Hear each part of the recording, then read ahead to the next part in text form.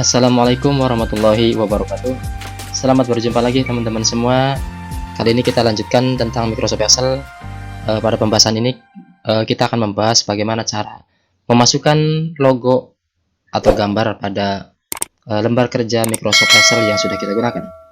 Yang pertama adalah kita buka aplikasi Microsoft Excel-nya, kemudian kita buka file yang sudah tersedia atau yang sudah kita buat.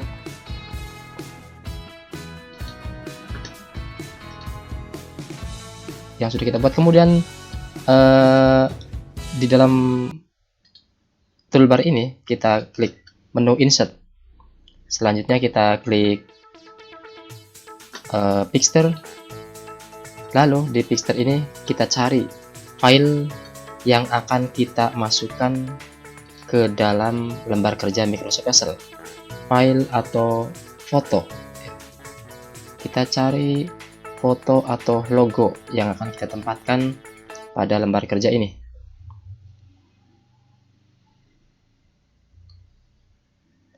Ya, misal ini kita klik, kemudian kita insert.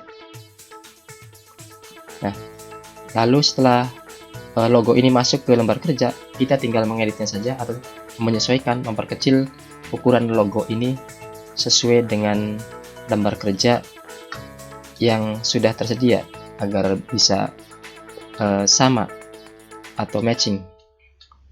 Ya, kita perkecil seperti ini. Nah, kita bisa melakukan menu variasi atau menampilkan variasi pada logo ini di bagian format ini. Kita bisa pilih yang ini atau yang ini.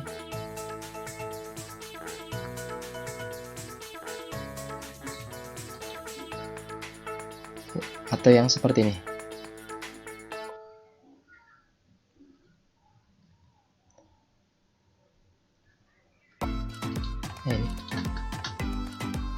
Jadi teman-teman bebas menggunakan format pada logo ini sesuai dengan yang teman-teman inginkan. Tapi untuk standar kita gunakan yang standar saja seperti ini sesuai dengan aslinya. Terima kasih teman-teman semua untuk pembahasan kita kali ini.